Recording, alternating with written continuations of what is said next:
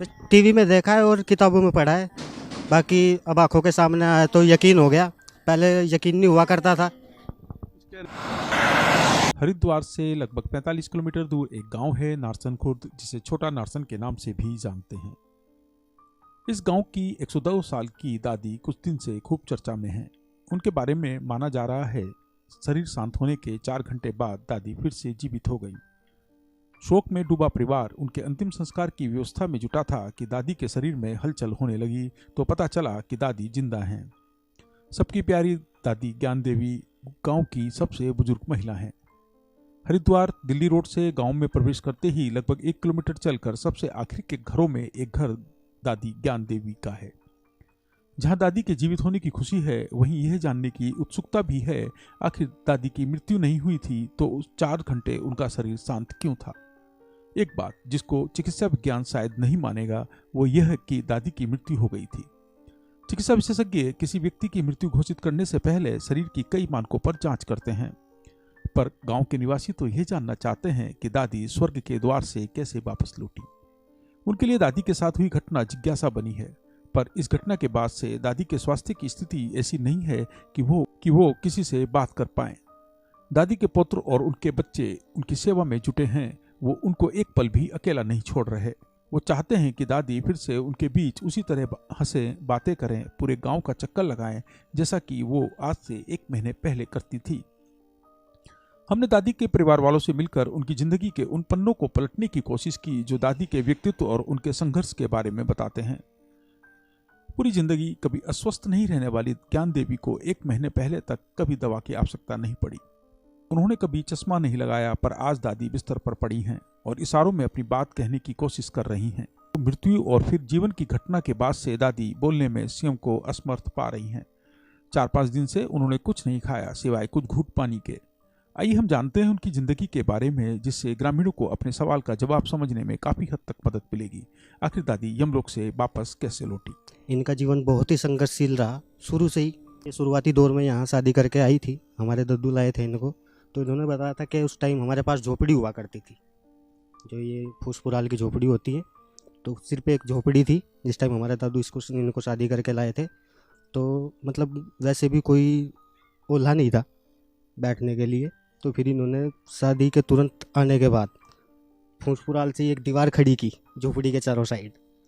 फिर जैसे इनको नज़र नहीं आता था बाहर का, ना कोई इनको देख पाता था, तो इन्होंने ये किस्सा मुझे बताया था। तो इनका संघर्ष बहुत ही, जीवन के साथ बहुत संघर्ष रहा है इनका।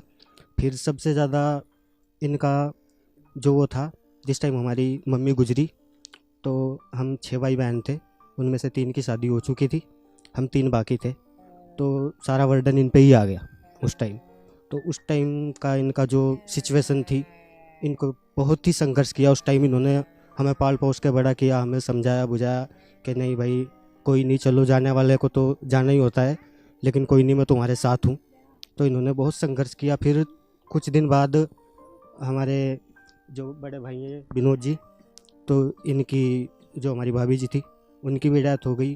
फिर इनके पास डबल वर्डन आ गया उस टाइम, क्योंकि इनके भी छोटे छोटे बच्चे थे, उनको भी पाल पोस के इन्होंने ही बड़ा किया। पहले हमें किया, फिर उनको किया, फिर उसके बाद चलो जैसे चलता रहा वैसे। वो तो संसार अपने तरीके से चलता है, ना मैं कुछ कर सकता, ना ये कुछ कर सकते, ना ये कुछ कर सकती। तो उसके बाद कोई नहीं। फिर कुछ साल बाद इनका जो बड़ा बेटा था हमारे डैडी, वो भी गुजर गए।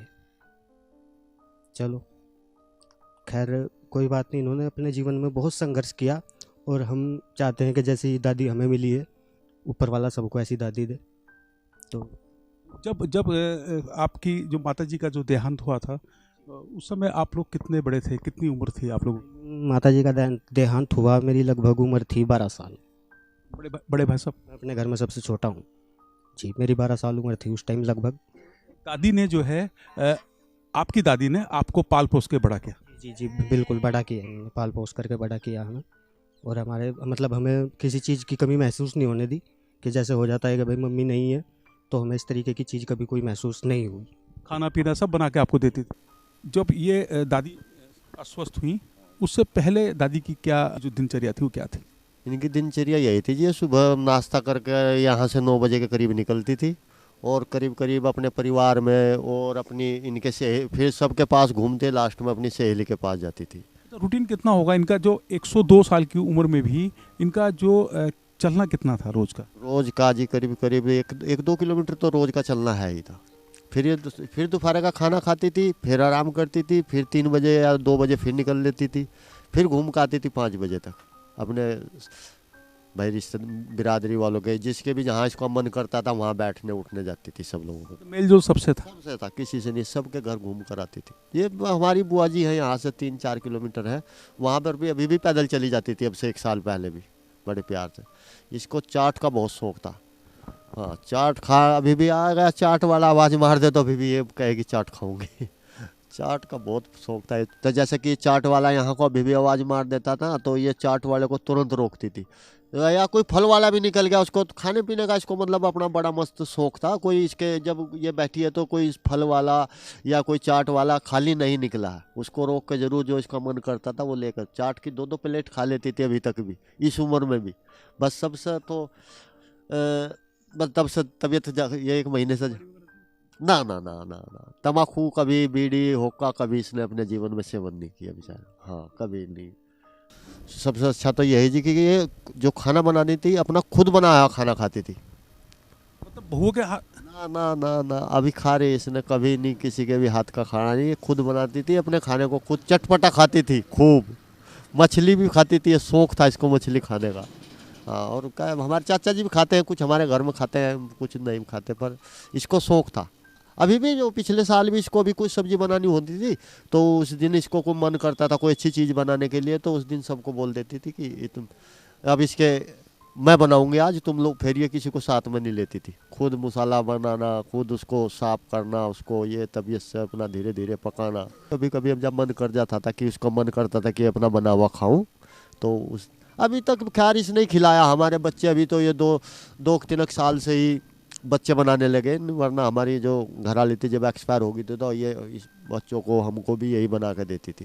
तरकली जी इनकी जिगरी सहेली थी, एक दूसरे को मतलब जो इनका बहुत ही पुराना प्यार था। जब से ये इनको पता नहीं कब, हमारा याद भी नहीं कब इनका आपस में प्यार हुआ, कैसे मोहब्बत हुई। तो मतलब ये था कि 24 घंटे में एक दूसरे को इनको मिलना ज़रूर था।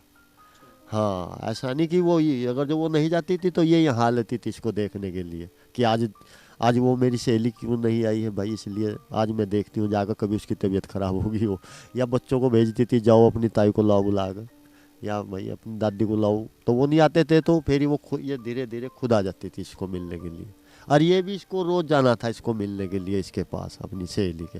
कुछ भी हो, आंधी आए या मी आए या बारिश आए, पर इनको एक दफ़े उसके साथ जाना था ज़रूर। अच्छा, जो दादाजी थे वो क्या काम कर रहे थे? दादाजी हमारे ये साग सब्जी का काम करते थे जी, और दादी भी।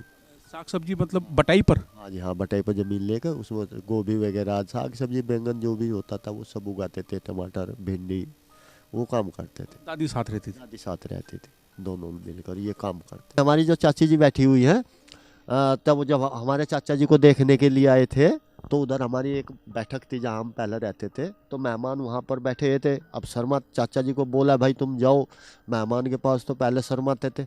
चाचा जी भाग गए जंगल में, तो जंगल में भाग गए तो भाई अब हमारी दादी जी मजबूत थी, तो ये जब बैठक के सामने को निकली तो वो हमारे जो नाना जी थे वो बोले भाई ये कौन है? इसी का ही लड़का है।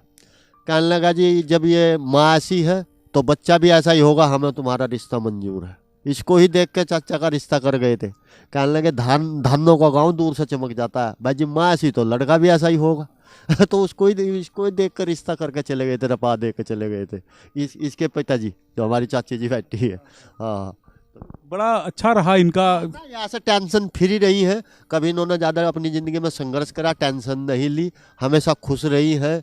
ज़्यादा हुआ या थोड़ा हुआ, कोई मतलब इस तरीके का अपने जीवन में इन्होंने कभी परवाह नहीं मानी। जब ये हमारे बाबा जी गुजरे थे तो ये यहाँ पर जहाँ बोल रहे थे कि ये गोभी लगी है तो वहाँ पर ये बैठी नुला रही थी। इसको बोला जाके कि चलो तुम्हारे जो मालिक है वो मतलब एक्सपायर हो गए, मर गए। तो ये बोलिए रे इसको भी अभी मरना था, मेरे को गोभी तो नुला लेने देता। किसको भी अभी मरना था, मेरे को नुला तो लेने देता, खेत तो नुल जाता। दादी ऐसे करती? मस्त रही, इसने कभी इस बात की परवाह नहीं की कि भाई कौन आ रहा कौन जा रहा, सब इसको इतना था कि भाई आना जाना तो है ही है, मतलब ज़्यादा टेंशन इसने अपनी ज़िंदगी में ली नहीं है। नहीं, टेंशन नहीं ली, और टेंशन नहीं ली तो उसी वजह से जो है आपका जीवन भी लंबा हो गया। बार रहा इसने कभी ये नहीं कि भाई मेरे पोते की बहू मर गई तो ठीक है, उसने उसका मतलब सामना करा, हंस के सामना करा, गम नहीं उसका मानना, गम मानती तो फिर हो जाता कि भाई मेरा लड़का मर गया, मेरे लड़के की बहू मर गई, तो इसने कभी उन चीज़ों को ज़्यादा वो नहीं लिया, मतलब टेंशन में नहीं लिया। उसको पता, इसने ये उसको यही समझा कि भाई ये तो जीवन का सत्य है, इसको कोई मेट नहीं सकता।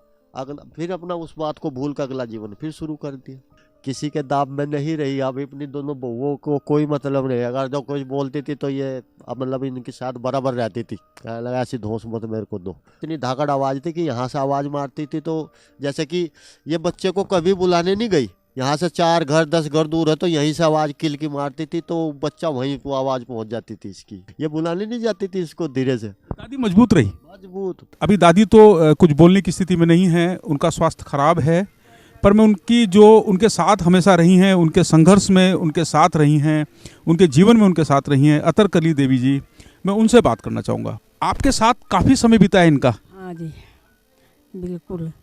कितने साल से आप लोग एक साथ रह रहे हैं? बस जीप तो मैं आई थी हाँ, जीप तो आई थी, जीप तो साथ ही। हाँ जी, सोवा भी थे, बट्ठा भी थे एक जगह ही, खावा भी थे एक जगह ही। वही होती है कि मैं दोनों एक जगह रहे थे, मैं बीमार थी, मेरे जागतों को भी लार लगा हुआ थी। आप बीमार रहते थे? हाँ। अच्छा, दादी कभी अस्वस्थ रही हैं क्या? कभी दादी की स्वास्थ्य खराब हुआ है पहले कभी? कभी नहीं हुआ इसका, बुखार बुखार भी कभी ऐसा ही चढ़ा था ऐसा। तो स्वास्थ्य इनका करीब 1 महीने से ज़्यादा ख़राब चल ही रहा है। उस दिन रात को कुछ थोड़ा मतलब ज़्यादा तबीयत डाउन होगी, फिर करीब दिन के 8 बजे से कि करीब मतलब जो ये गुम होगी, मतलब अपनी तैयारी शुरू करी अपना, भाई चलो भाई अपना काम जो हो। तो फिर हमने अपने रिश्तेदारों को भी फ़ोन करा, रिश्तेदार भी हमारे घर पर पहुंच चुके थे। उसके बाद फिर जो था भाई सब लोग ऐसे ही जैसे अब बैठे इसके पास ऐसे ही बैठे थे, अचानक से इसने सिर हिलाने के बाद में फिर इसको बोलने लगे यार माँ तो सिर हिला रही है। फिर हमने इसको जो थोड़ा और ज़ोर से हिला, आवाज़ मारने की कोशिश करी तो ये फिर धीरे धीरे ज़्यादा ना हिलाने लगी। बात फिर कम से कम 2 घंटे बाद थोड़ा बोलना शुरू किया इसने, बाकी ऐसा नाड़ हिला कर जवाब देने लगी। कितने घंटे बाद इनके शरीर में हलचल हुई? 4 घंटे के बाद। ये किस तारीख की घटना है? ये है जी 31 जनवरी। 31 जनवरी दिन की घटना है। जी। उससे पहले जो रात को क्या हुआ था, क्या कुछ कह रही थी, कुछ बातें कर रही थी? ऐसे बोल रही थी कि भाई मेरे को पानी पिलाओ, मेरे को चाय पिलाओ, पूरे रात भर ऐसे ही बोलती रही। कभी मेरे बच्चों को उठाती थी, कभी हमको, भाई को, जो भी रहता था वो पास में वही इसको। उस दिन तो ये पूरी रात सोई ही नहीं, ना हमको सोने दिया। मैं भी 6:30 बजे सोया, फिर 8 बजे उठा। मतलब बोलती रही कुछ ना कुछ, जो मन में आ रहा वही अपना कहती रही, आवाज़ मारती रही, मेरे को चाय दे दो, मेरे को पानी दे दो, मेरे को इधर से इधर बैठाओ, मेरे को लेटा दो, मेरे को बैठा दो, बस इस तरीके से। आपको उस दिन ही अंदेशा हो रहा था कुछ ऐसा? हो रहा था, ऐसा लग रहा था कि भाई कि आज कुछ ना कुछ इसके साथ अनहोनी होने वाली है। भाई हमारी जो माता जी थी जो दोबारा से जिंदी होगी तो बड़ा अच्छा लगा, मतलब एक दिल में अलग ही फीलिंग हो रही थी, अलग ही खुशी महसूस हो रही थी कि भाई चलो अभी हमारे बीच हो रहेगी शायद ये। तो ये हमारा बड़ा मतलब सबको बड़ी अच्छा लगा, पूरे गांव को भी अच्छा लगा कि भाई हमारी जो सबसे बुजुर्ग महिला थी वो अभी फिर हमारे बीच लौट के वापस आ गई। इस गांव में सबसे बुजुर्ग यही है? हाँ जी, अब तो यही है जी सबसे बुजुर्ग। स्थिति वही है, बस थोड़ा कभी बोल जाती है, कभी नहीं बोलती। तबीयत जो इनकी खराब हुई वो सर्दियों में ही हुई? हाँ सर्दी में, उससे पहले ये बराबर गाँव में घूमती थी। अच्छा, ये पूरे गांव में घूमती थी? हाँ, जहाँ जाना था वहीं चली जाती। आप भी घूमते थे? ना, आप नहीं घूमते? ना, मेरे तो दौरा यही रहे थी। अच्छा, बाड़ा भी कर लेती, साग सब्जी का, डंगर भी रखे, गाय भैंस भी रखी, ये करे न बेचारी ना, मजबूत थी। अच्छा, जब आपने सुना कि दादी फिर आ गई है तो आप क्या कह रहे हैं? रोज देखने आ जाऊँ। हाँ, रोज जाऊँ। मुझे तो खुशी रखी बेचारी ना, लड़ी नहीं कदी, मेरे पे सेवा इसकी कुछ नहीं हुई बेचारी की। मुझे मम्मी बेकार हो रहे, मेरी जिठानी गई जुम्मर, इब रहेगी तो मैं कह दी, मेरे पे कुछ नहीं आया बेचारी की सेवा इसकी। मेरे जाकत वाले बहू पोती कर रही हूँ। सुना है कि कोई व्यक्ति जो है 4 घंटे बिल्कुल उसके बाद एकदम वापस आ जाए, कभी सुना ऐसा?